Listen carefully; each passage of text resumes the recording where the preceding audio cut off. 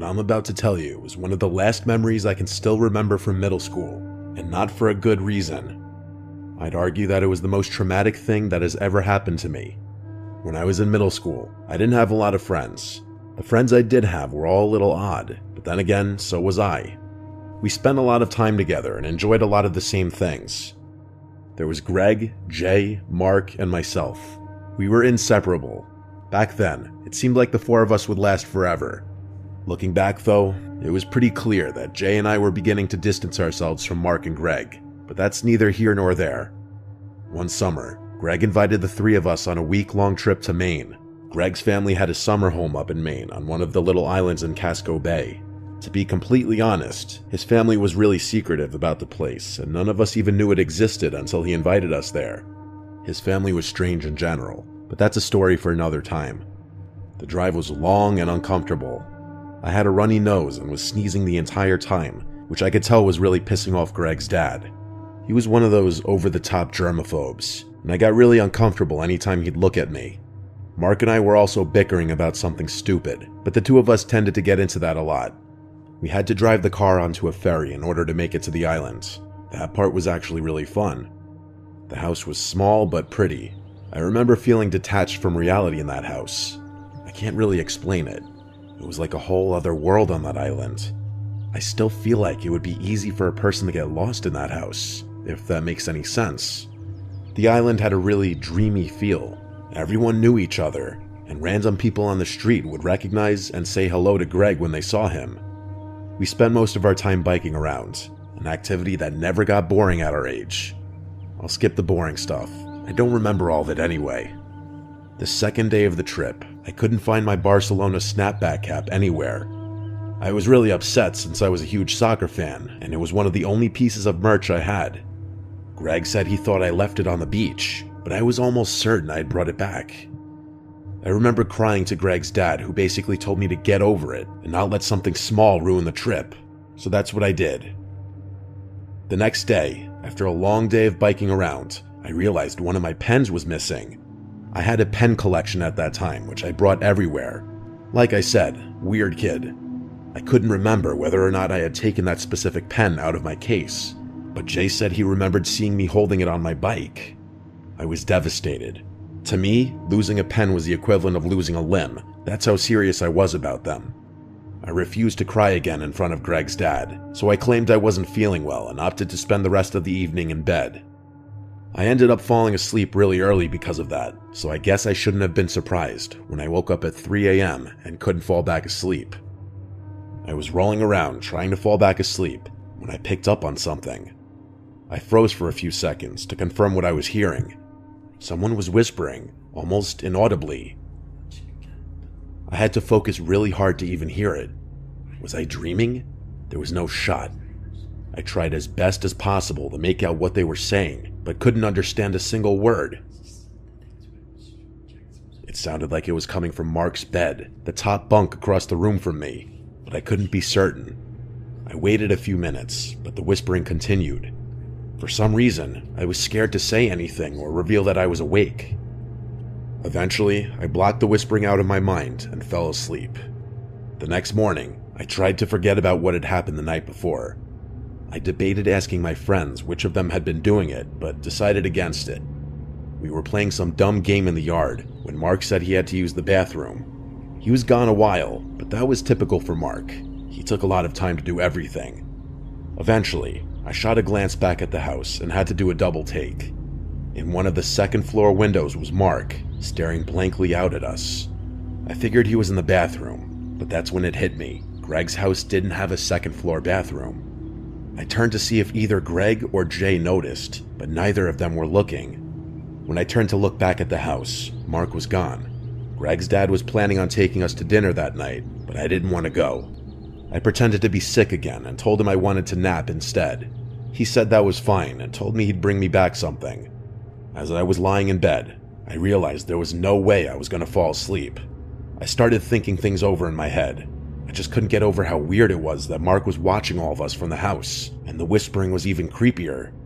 I'm not sure what compelled me to do it, but I got out of bed and started snooping around Mark's bunk. My jaw basically hit the floor when I found my Barcelona cap in his duffel bag. I dug around some more and found a bunch of my personal belongings that I didn't even know were missing. There was a nail clipper my mom had packed for me in there, along with my extra toothbrush, and most disturbingly, a pair of my underwear. I didn't know what to think. I was about to cry when I noticed something else in the bag. His notebook. Sometimes, even to this day, I still regret picking up that notebook. My middle school brain was not prepared for what was in there. It was completely filled with drawings, pencil drawings, some sketched so aggressively that there were holes in some of the pages. There were drawings of monsters, creatures, and things out of nightmares. There were really disturbing acts of violence drawn in there. People getting run over by cars, stabbed, mutilated, tortured. It was sick. Worse than sick, it was demonic. There was honest-to-God demonic shit in there. There were drawings of me in there. The image that was never and will never leave my brain is a drawing of me on a cross with my legs missing. The last few pages were basically all of me, and one of the pages was just my name, scribbled 100 times. It makes me sick thinking about everything I saw in there, and there's stuff I haven't even mentioned. The last page was the worst. My name was at the top of the page in big letters, and below it were 4 words I'll never forget. I'll do it tomorrow. When everyone got back home, I got Greg's dad alone and told him about what was going on in a low voice while my friend started a movie in the living room. He didn't believe me until I showed him Mark's notebook, which I could tell he found equally disturbing. He didn't know what to do. He told me to put everything back the way I found it. I didn't want to, but he was the adult, and I couldn't tell him no. As I was putting the notebook back, I made a split-second decision and tore one of the pages out.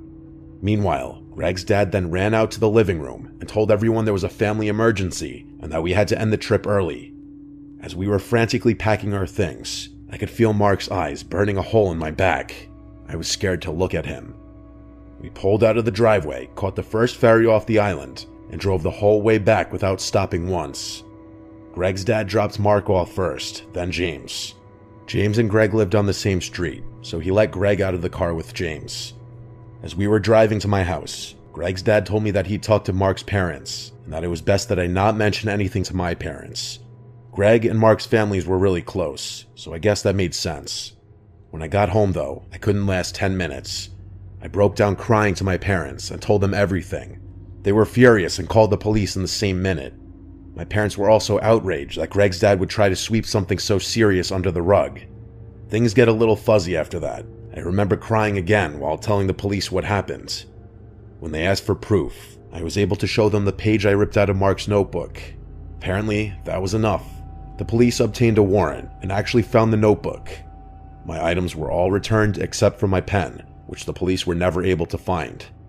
My parents didn't tell me much about how things went, but I never saw Mark again.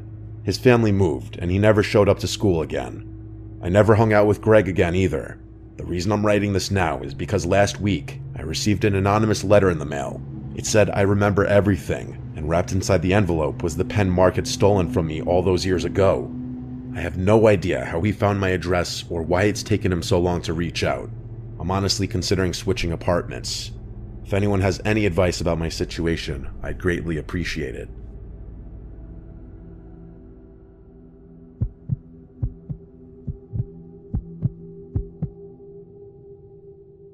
This story is fresh in my mind since it literally happened last week as I'm writing this.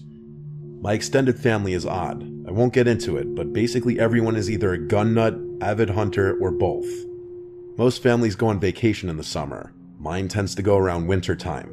We don't go on typical vacations though. Every season, the adults chip in and rent a house for a week in some random location, usually in the woods. This time around it was a cabin in Vermont. I say cabin, but it was more like a castle. It had to be to accommodate all of us. Now comes the strange part. We play a lot of weird games as a family. Most of them involve shooting to some capacity. Here's the weirdest one. On the second to last night, all the adults gear up in warm clothing and venture outside into the woods for a massive game of laser tag. I know how ridiculous this sounds, believe me. I'm no stranger to people walking out of my life because of my family. The winner every year gets to claim a pretty decent prize pot and a ton of bragging rights. Plus, we played with this really cool industrial grade set my Uncle Lucian made. He was the most gung-ho about this whole thing. The rules were simple. It was every man for himself, and the last person tagged won. If there were multiple people left by midnight, the prize was split. Once you got tagged, you made your way to the fire pit outside the house. Once the second to last person made it back, everyone would fire rounds into the air to let the last person left know they had won. I had just turned 18, so this was literally my first time being allowed to play. I'd be lying if I told you I wasn't psyched to play, not even for the money, but just because it seemed fun. As we were about to make our way outside, Lucian made sure we all knew how the equipment worked and where to keep our markers so the game would be fair. Then he told all of us to set a 10-minute timer on our phones so we'd know when to begin. Then, without warning, he turned and sprinted into the woods, like he was running a track race. My relatives followed suit, spreading in all directions. I noticed that most of them had run uphill, so I figured going downhill would give me a better shot at lasting longer. It was dark, but the snow on the ground made things pretty visible. I can't remember how many of us were playing, but it was a lot. At least 10 of my cousins and a couple sets of parents, including mine. Our family's pretty huge. After venturing deep into the forest, I found a little perch where I could see decently far up the hill, so I figured I'd wait there and catch my breath. I sat there for a decent while, trying to think of what to do. I figured if I kept walking adjacent to the slope, I could eventually work my way upwards and maybe flank whoever was still up there, so that's what I did. I must have walked along the slope to the left for 15 minutes straight, putting as much distance between me and the house as possible. Time really wasn't an issue, as there were still about 2 hours until midnight. I started walking up the slope. Just then, I heard a very faint crunching sound over my left shoulder, in the direction facing opposite my uncle's house. I jumped behind the nearest tree, praying whoever it was couldn't get a clean shot off. After a few seconds, I looked in the direction of the sound, but didn't see anything. And then, after straining my eyes, I saw it. A very faint, almost unnoticeable trail of footprints way off in the distance. They led to a thick tree about 15 yards behind me. There was someone standing behind that tree. I was positive of it. And then it hit me. Why hadn't they just tagged me? I was clearly out in the open, oblivious to their presence, and they were clearly trying to sneak up on me. I started running up the hill, hoping to get out of range before they could get a shot off.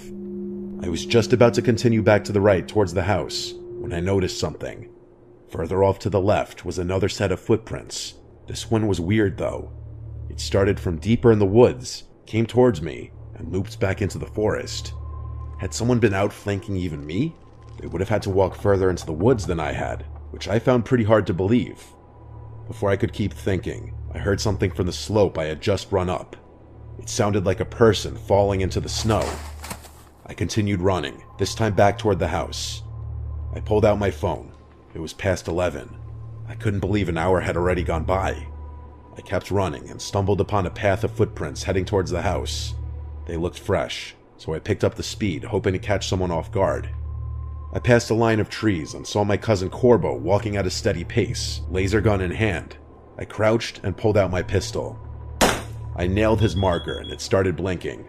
He slammed his fist against a tree before shaking his head and continuing towards the house. I grinned, thrilled to have actually gotten a kill. High on the adrenaline, I decided to hatch a plan to get the jump on the person stalking me. I sprinted ahead for another minute, then doubled back until I could safely jump behind a tree without leaving an obvious trail. It was flawless. There was no way anyone following my footprints would know I was hiding there. As I was waiting there, my marker started blinking out of nowhere. I was pissed. The beam was coming from where I had just been. It was definitely whoever was stalking me. I stood up, expecting whoever had just shot me to turn their laser off. They didn't though. The beam stayed trained on me, which actually started to get on my nerves. It felt like they were taunting me. I wanted to know who had been behind me that whole time, so I started walking in the direction of the beam. They never stopped shining their laser at me, even as I began closing in. All I could see were their hands. The rest of their body was standing behind a tree. Just then, I heard a bunch of gunshots sound off behind me, making me jump. I froze. Impossible. I must have won. Corbo must have been the final kill. But then who in the world killed me? I kept staring at the thin beam of light that was still pointing at me, and then the person holding the laser gun stepped out from behind the tree. It was a stranger. Even worse, there were two of them, standing side by side. Just then, I heard a crunch from behind me. I whipped my head around to see a man in a ski mask holding a trash bag in one hand and a knife in the other. He noticed me staring at him and started sprinting toward me. I ran, ditching my gear and screaming at the top of my lungs. I could hear all three of them chasing me, yelling things that I didn't even think were English. I zipped past the trees and ran as fast as I could through the snow, praying to God I didn't trip. They were gaining on me. I didn't want to turn around, but I knew they were right on my heels. Finally, I could see the lights of the house in the distance. I kept screaming and running, feeling my legs starting to give out. I was so close to the clearing, and that's when I saw Lucian sprinting toward me, hunting rifle in hand. He aimed above my head and fired 3 shots into the air. I heard whoever was behind me trip before running back into the woods. I collapsed at Lucian's feet, desperate for air. I literally passed out from exhaustion right there in the snow. The next morning was rough. My aunt explained that she had tripped at one point during the game and later realized she had dropped her laser gun, which explained how the guys in the woods had one. Corbo had tagged 6 of my relatives before I found him, which is why he was so upset when I got him. It turned out that he was in fact the last kill. Lucian and my dad had run out into the woods with their guns, but couldn't find a thing. They tried following the footprints, but there were so many branching paths and dead ends they eventually gave up. That whole day was a blur. The adults contacted the owners of the house, and we also reported everything to the police. The next morning, I woke up to yelling coming from downstairs. Lucian was losing it, yelling toward the woods at the top of his lungs. I ran down to find a single snowman facing the house. In its hand was the laser gun my aunt had dropped. Lucian fired a few rounds into the snowman's head before shouting some more threats and storming inside. It's only been about a week, but I'll send an update if I hear anything.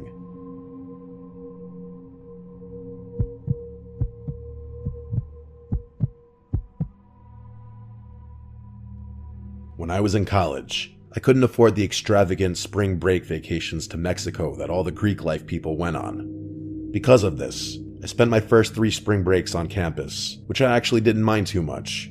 By the time spring break rolled around my senior year, though, I realized that it was basically my last chance to get the spring break experience I'd been missing out on. Mexico was still out of the question since I'd still be paying everything myself. Eventually, my girlfriend Allie found a decently priced Airbnb that sounded pretty appealing. We figured we could turn it into a couple's getaway of sorts, so we invited her best friend Laya and her boyfriend Calvin. We were all super excited since we had never been on a vacation together before. The place we had picked wasn't your typical spring break Airbnb though. It was nestled in a really secluded woodsy area in Lake County, California. There was a hot tub, an exposed fireplace, an antique-style record player, and some cots for stargazing outside. It was honestly perfect. The place was about 2.5 hours away, so we'd get a nice and relaxing drive on the way. Unfortunately, Calvin drove a really cramped Mini Cooper, meaning the girls had to squeeze into the back seat. He was honestly pretty insecure about his car and would get annoyed when one of us would make a comment about it, which was a pretty funny detail. As terrible as that car was, it was a drop top, which was really nice. We pulled in around 8 p.m. after it was already fully dark out. I can't even lie, the place looked a little scary late at night with all the lights off. When I say it was in the woods, I mean it. The trees blocked the view of all but one of the neighboring houses. The first night was really chill. We hung by the fireplace with a bottle of wine and played some board games. We wanted to go in the hot tub, but Calvin was complaining, so we didn't. He was honestly being pretty pouty for some reason, but we all just assumed there was something on his mind. The next night was better. We convinced Calvin to join us in the hot tub for some drinking games. The hot tub was connected to the back of the house, but inside its own little room, the walls of which were just screens. We were playing Never Have I Ever with some music blasting, having a lot of fun. We were all more than a little buzzed at that point. And just then, though, a flash of bright light lit up the spa room. If it had been raining, we would have assumed it was lightning, that's how bright it was. I quickly turned the music off, and the 4 of us stared at each other, nervous to say anything. I quietly got out of the hot tub and made my way from the spa room to the back deck. I looked out into the woods, but it was too dark to see anything. Out of nowhere, I started hearing a clicking sound coming from the woods. A few seconds later, I heard another one from a different direction, and then a whistling sound started up. The sounds kept coming, clicking and whistling from too many directions to keep track of. I yelled for Calvin and the girls to run inside, and I followed them into the house. The four of us huddled in the living room, not sure of what to do. I thought maybe it was a dumb prank or someone messing with us, which is why we didn't call the police right away. A few minutes later, though, someone started banging on the front door. The girls were hysterical, so I told Calvin to call the police while I grabbed the biggest knife in the kitchen, ready to protect everyone should it come to that. I yelled in a deep voice that I had a gun, which was obviously just a bluff. The banging stopped. Calvin said the police were on the way, but out there in the middle of nowhere, they could have been miles from us. We waited in silence for a few minutes. It was the tensest moment of my life. Just when we thought the nightmare was over, one of the living room windows shattered. Someone had thrown a massive rock through it. The girls screamed, and I told everyone to run upstairs and lock the door. I stayed downstairs, bracing myself for a fight. By some miracle, no one came charging through the window. Eventually, I ran over to inspect the window and noticed there was a piece of paper taped to the rock that had been thrown. Scribbled in black ink were the words, "Go away, you shouldn't be here." The police arrived shortly after and did a thorough search of the property. They of course found nothing. We weren't sticking around to wait for them though. We were packed up and out of there that night. The Airbnb hosts actually ended up giving us a refund, although they refused to talk about the situation. My girlfriend thinks there's something the owner wasn't telling us. Maybe she's right. I guess that could explain why the place was so cheap. Either way, I don't think I'll be taking any vacations or using Airbnb anytime soon.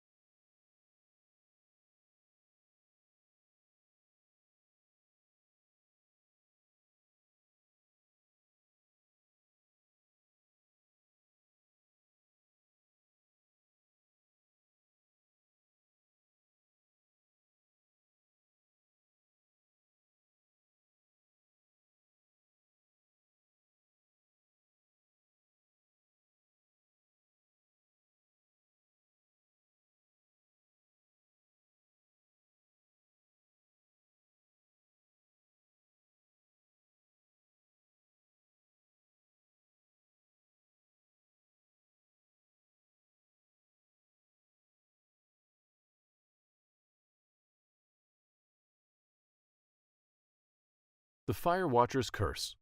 We were just four friends, Matt, Ella, Rachel, and me, Andy, looking for a weekend of adventure. Nothing more, nothing less. The plan was simple: pack up, hike into the deep woods, and find a spot to camp far from civilization. After all, what could go wrong? We'd done this dozens of times before, and each time it was the same.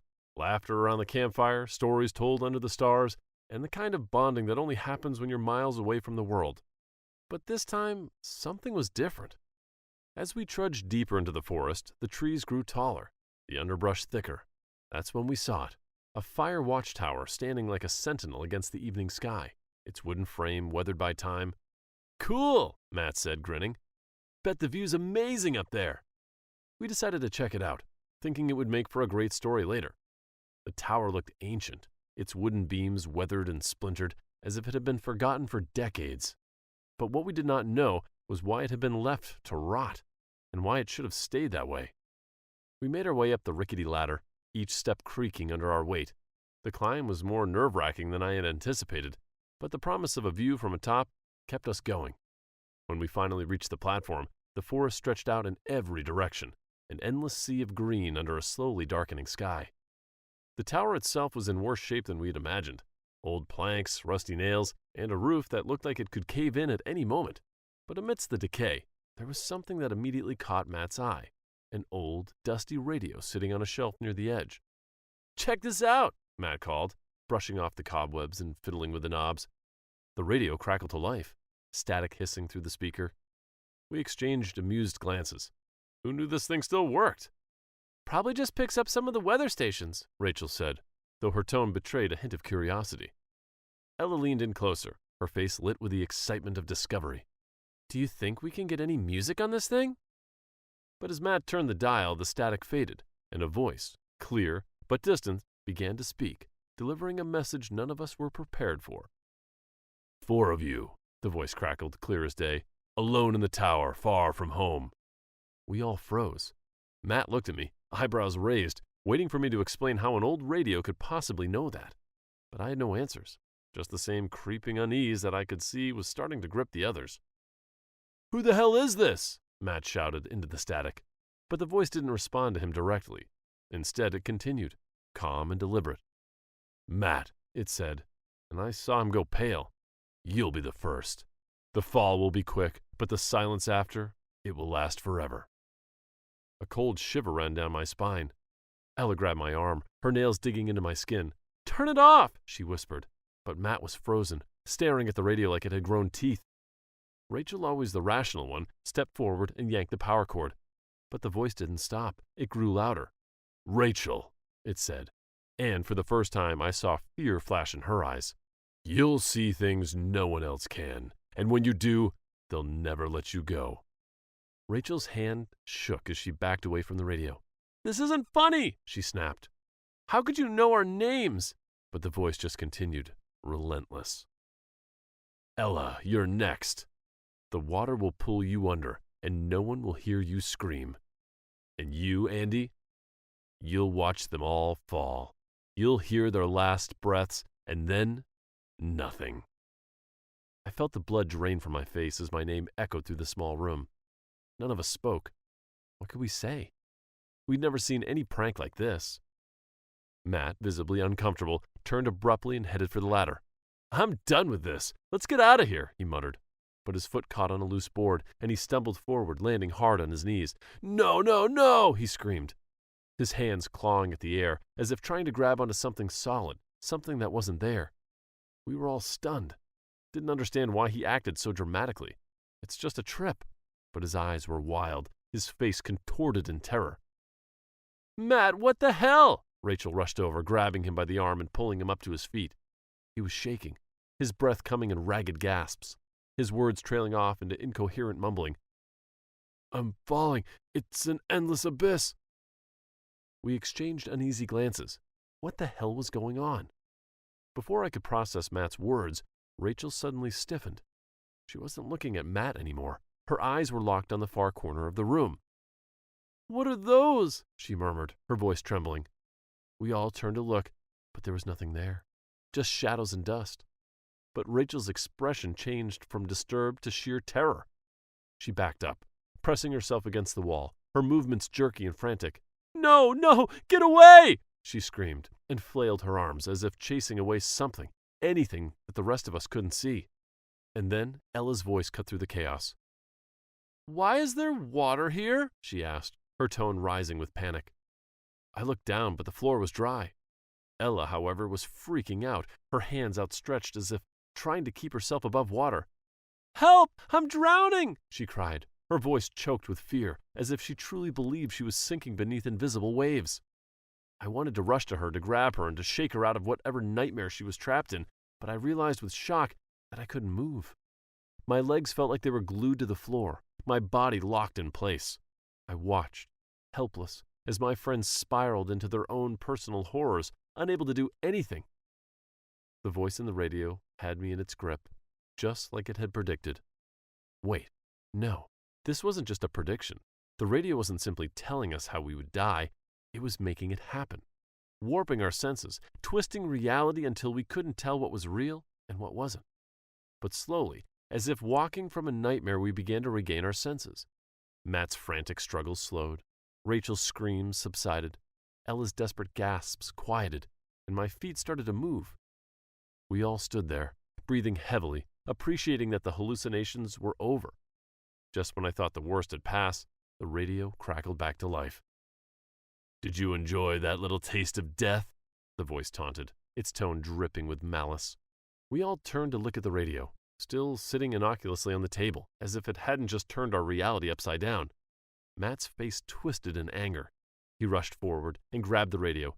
"Enough!" he shouted, and slammed it against the floor. The brittle casing shattered on impact.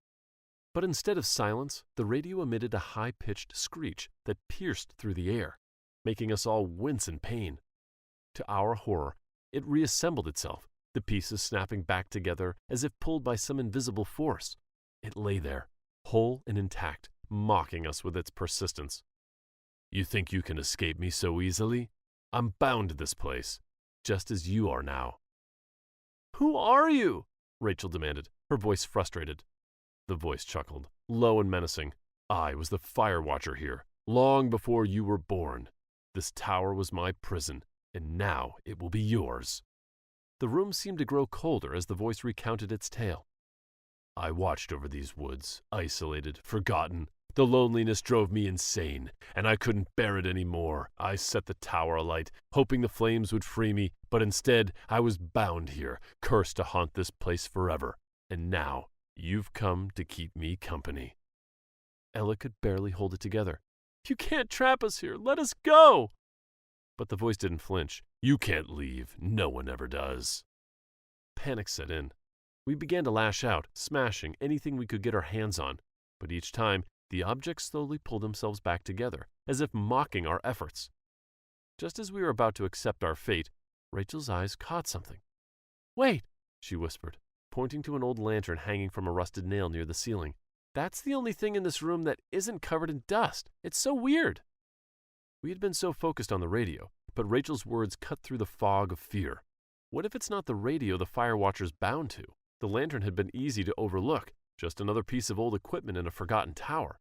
But now it seemed to pulse with a faint, unnatural glow, almost as if it were alive.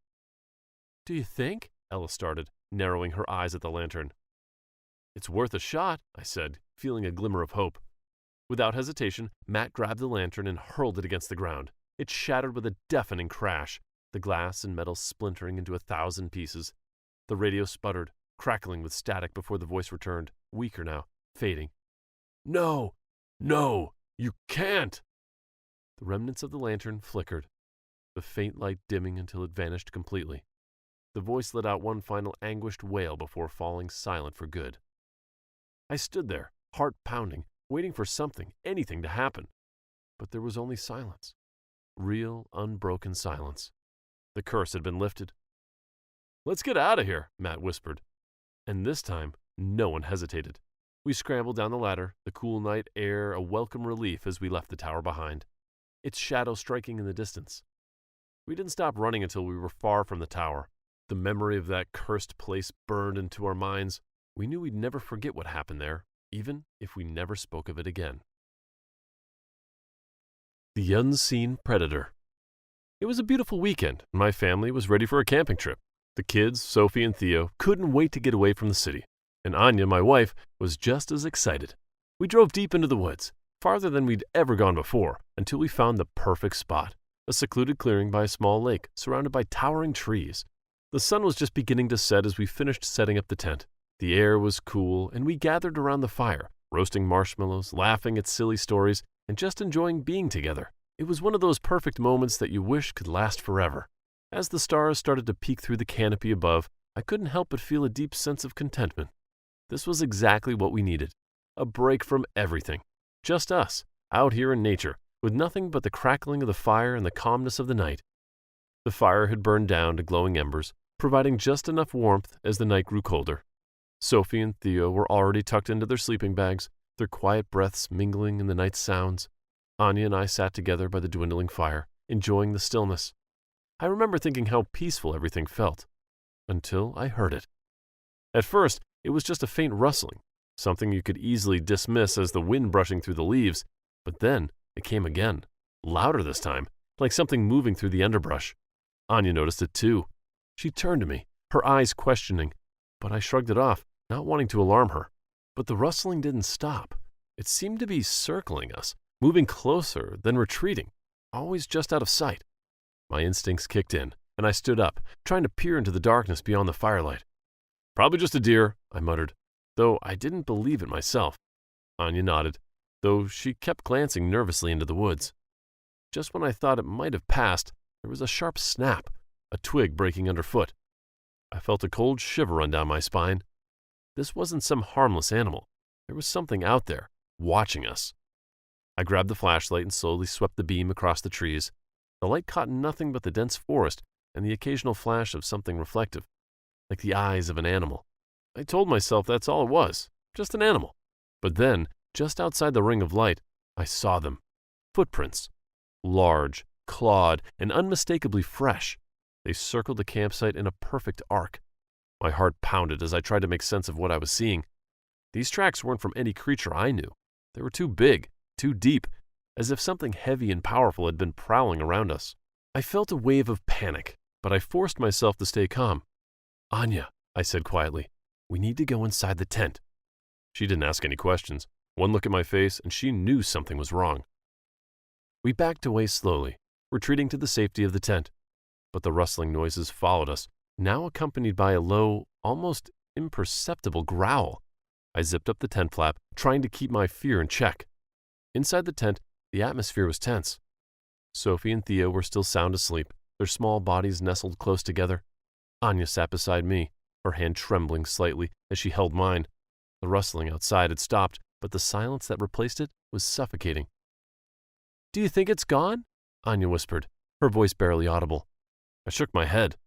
"I don't know," I replied, my voice tense, "but I don't think it's safe to assume anything." Minutes passed, dragging out like hours. My mind was racing, trying to figure out what kind of animal could leave those tracks and make those sounds. Anya squeezed my hand, her grip tighter than before. There was a desperation in her touch, a silent plea for reassurance that I couldn't give. After a long stretch of silence, I finally spoke. "We need to stay alert. Let's just take turns keeping watch." She nodded, relieved to have something to do. "You should sleep first," she urged. "I'll wake you up in a couple of hours."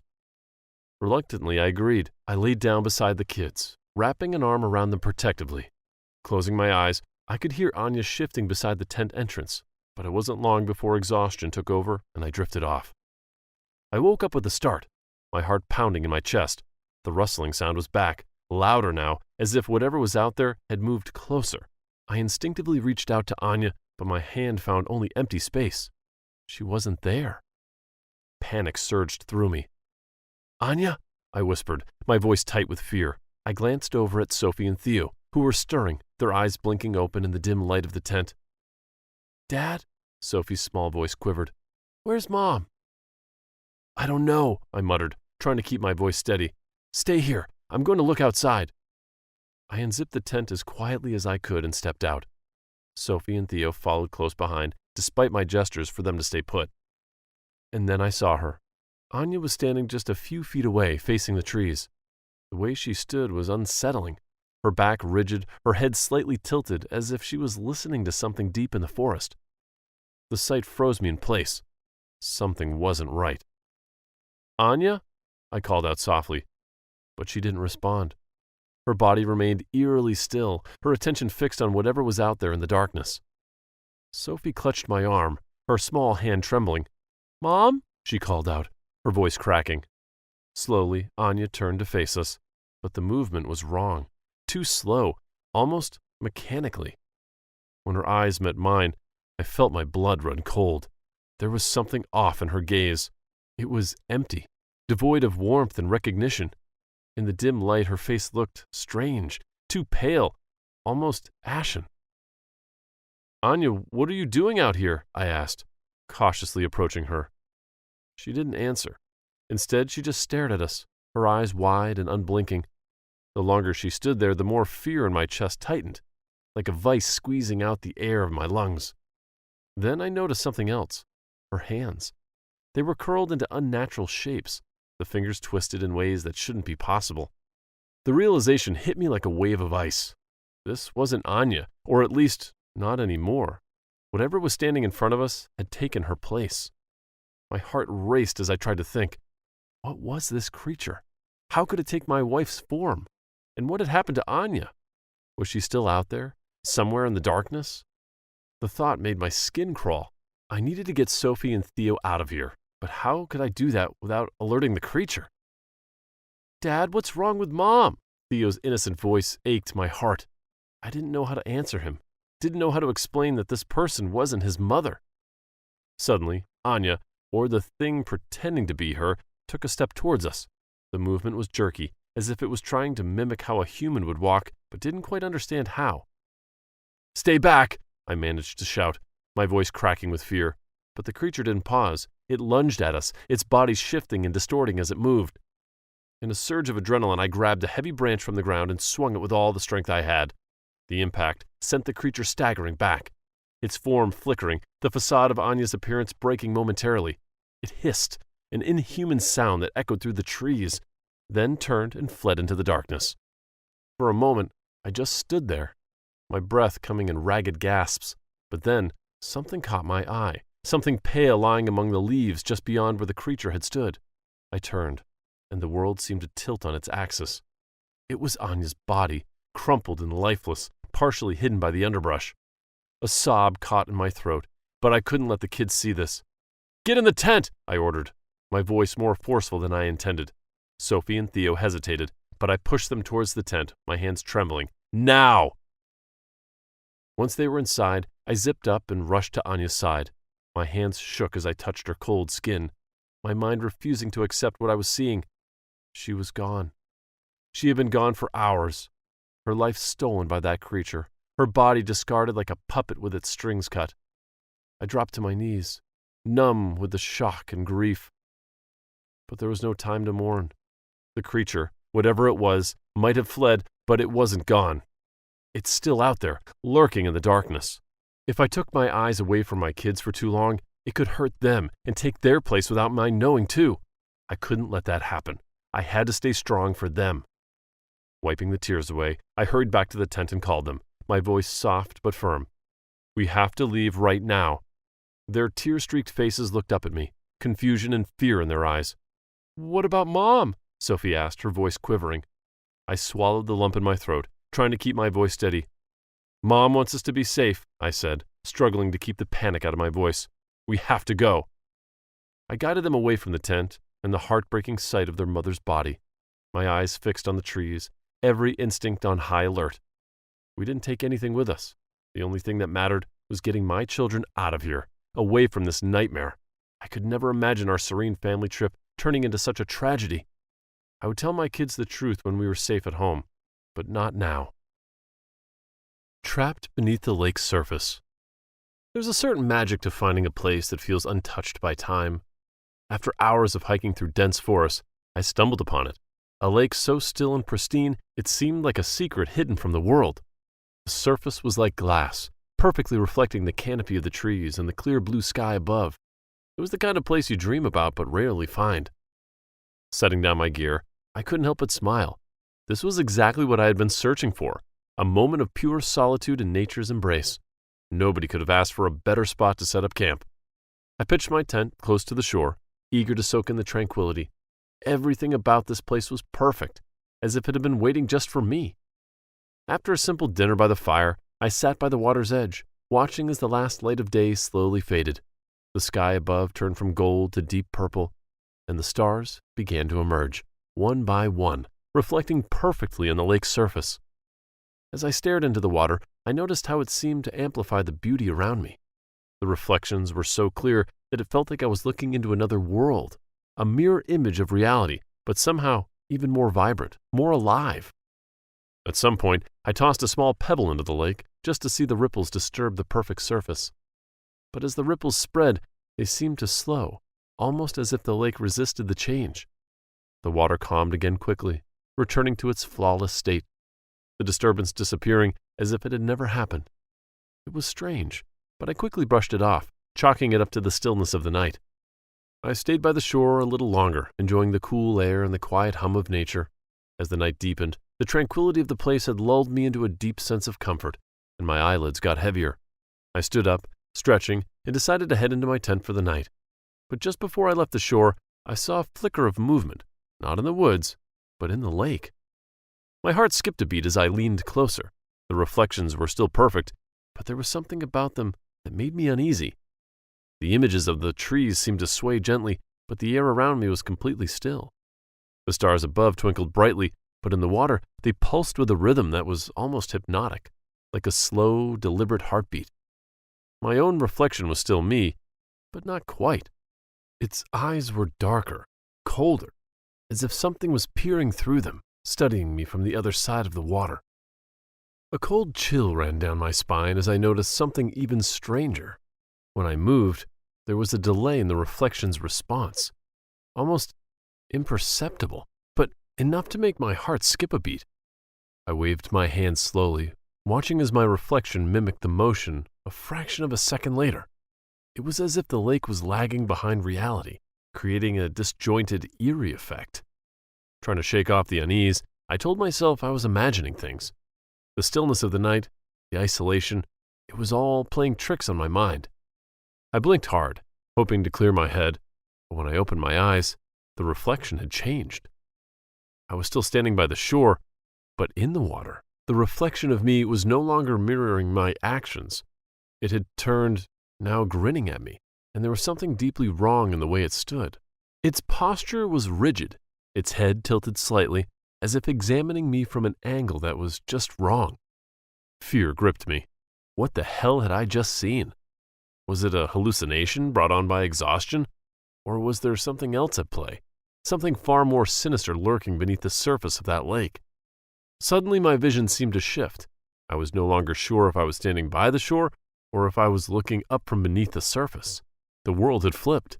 The lake and the air switched places in a way that made my head spin. My gaze locked onto the reflection in the lake, and a wave of nausea rolled through me. The figure in the water wasn't just a reflection anymore. It had substance, weight, presence. Its eyes were no longer just dark and cold. They were alive, filled with a twisted glee as they bore into mine. That version of me on the other side began to move again. It wasn't following me, it was acting on its own. I watched in horror as it stepped closer to the shore, its movements deliberate and menacing. It looked down at me, its grin widening as it reached down to pick up the same pebble I had tossed into the water earlier. It threw the pebble with a casual flick, and I flinched as the water around me rippled in response. That's when it hit me. I was the one trapped beneath the lake's surface. I was the reflection, and the thing on the shore was now in control. Panic surged through me as I screamed at the top of my lungs, but the sound was muffled, absorbed by the water surrounding me. My hands pressed against the invisible barrier that separated me from the surface, but it was like pushing against solid glass. My reflection, my doppelganger, watched with that eerie smile, clearly enjoying my terror. As I watched helplessly, the reflection began to move on its own. It turned away from the lake, heading back toward my camp. I wanted to cry out, to warn the world that this thing wasn't me, that it was an imposter, but I knew none of my words could be heard. I could only watch in horror as it approached the campfire, now reduced to glowing embers, and stood over it for a moment, its back to me. Then, with a sudden, violent motion, it kicked dirt over the fire, extinguishing the last light of the night. The darkness seemed to swell, erasing my very existence. I pounded on the invisible barrier, desperate to stop it, but the only response was a tightening in my chest, as if the water around me was closing in. But it wasn't done. It crouched down, digging through the ashes with its bare hands before pulling out a charred piece of wood. It held it up, examining it like a prize, before lifting it to its mouth. I watched in horror as it bit into the wood, gnawing on it like a wild animal, splinters and ashes falling from its mouth. The sight was so terrifying that I felt my mind teetering on the edge of madness. And then, just when I thought it couldn't get any worse, the reflection did something that broke me completely. It looked directly at me, its eyes locking onto mine through the water, and spoke. I couldn't hear the words, but I could see its lips moving, forming sounds that seemed to reverberate through the water, vibrating in my bones. The message was clear.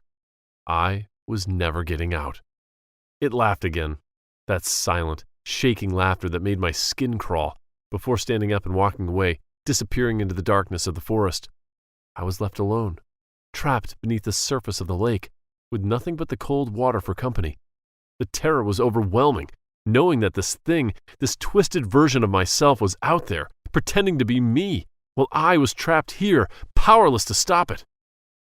I don't know how long I stayed there, pounding on the invisible barrier, screaming soundlessly into the void. Time lost all meaning as I struggled, trying to escape, to break through the surface. But the harder I fought, the deeper the water seemed to pull me, until I was sinking into the darkness, the world above growing more distant with every passing second. And then, just when I felt the last vestiges of my sanity slipping away, when the horror threatened to consume me, I woke up. I was lying in my tent, drenched in sweat, my heart racing. The cool night air filled my lungs as I gasped for breath, trying to shake off the lingering terror. It was just a dream. A vivid, horrifying dream. I sat up, looking around the tent, reassuring myself that I was safe. The lake was calm, the night was silent, and everything was as it should be. But deep down, I couldn't shake the feeling that something was still wrong, that maybe, just maybe, the dream wasn't entirely a dream. But that was impossible, wasn't it?